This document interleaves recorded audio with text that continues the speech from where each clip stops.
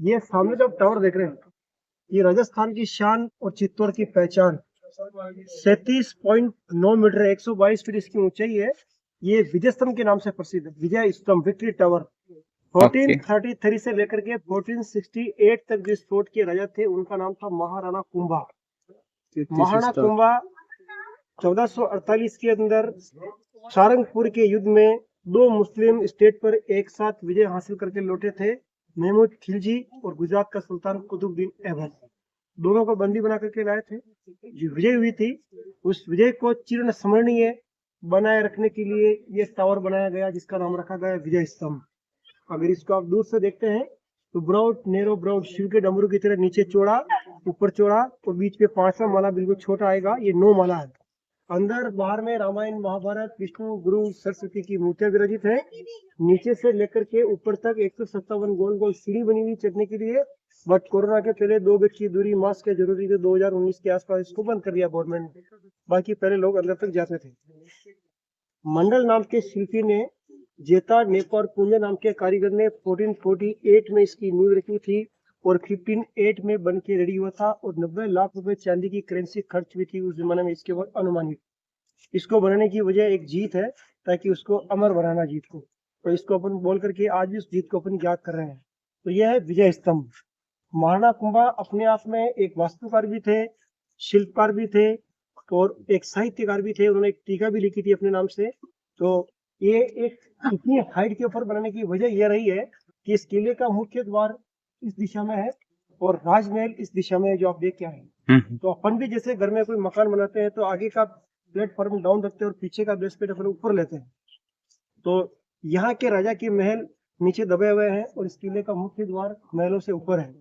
तो उस वास्तु कला के हिसाब से राणा कुंभा ने चाहते तो विजय स्तंभ 2 मंजिल का ही बन सकता था, लेकिन इसकी इतनी ऊंचे लेने की वजह यह रही है कि 9वां माला इस किले के मुख्य द्वार से ऊपर निकल गया और एक वास्तु दोष भी मिट गया। और इसको हम किले की तीसरी आंख भी कह सकते हैं। 100 किलोमीटर के दायरे में अगर कोई मुगल सेना घोड़े का झुंड लेकर के अगर इधर बढ़ रही है तो देखने के लिए काम आएगा।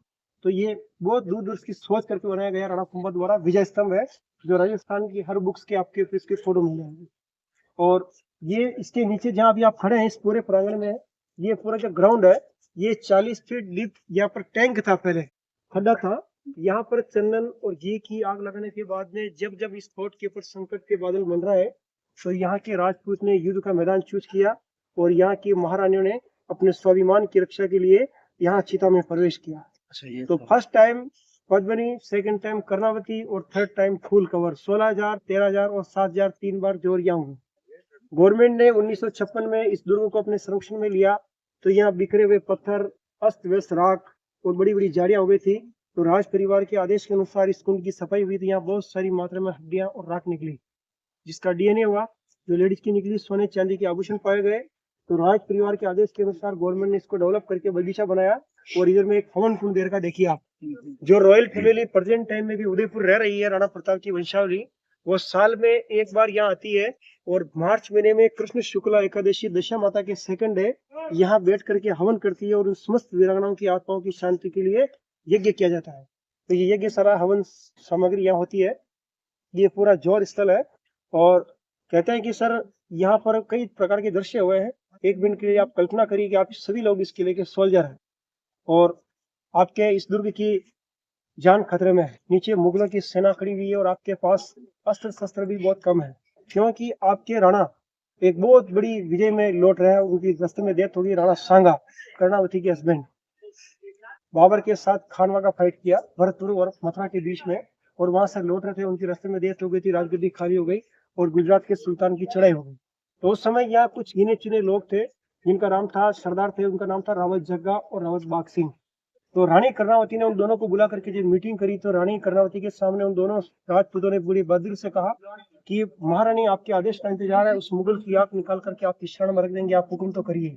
जबकि उनको पता है कि नीचे विशाल सेना और हमारे पास कुछ गिने चुने आदमी हैं और शस्त्र भी नहीं है, बड़े बड़े अश्व और योद्धा उधर शहीद हो चुके हैं। फिर भी वो युद्ध के लिए तैयार हुए। तो रानी कर्णावती ने डिसाइड किया कि हम भी जौहर करेंगे अपने स्वाभिमान की रक्षा के लिए। अपने को गलत इतिहास पढ़ाया गया सर। चित्तौड़गढ़ दुर्ग प्रेम की निशानी है। रानी पद्मिनी अपने पति रतन सिंह के वियोग में अलाउद्दीन खिलजी को अपने आंचल का एक तार तक नहीं छूने दिया और जलती हुई चिता में स्नान कर लिए 16,000 शतरंज के साथ में, और अपने को अकबर और जनता का प्रेम दिखाया, ताजमहल दिखाया। वो ऐसे की निशानी श्रीमान, चित्तौड़ दुर्ग प्रेम की निशानी। तो ये वो पवित्र जगह है जिसको आप नमन करते हुए सामने वाले मंदिर में चलेंगे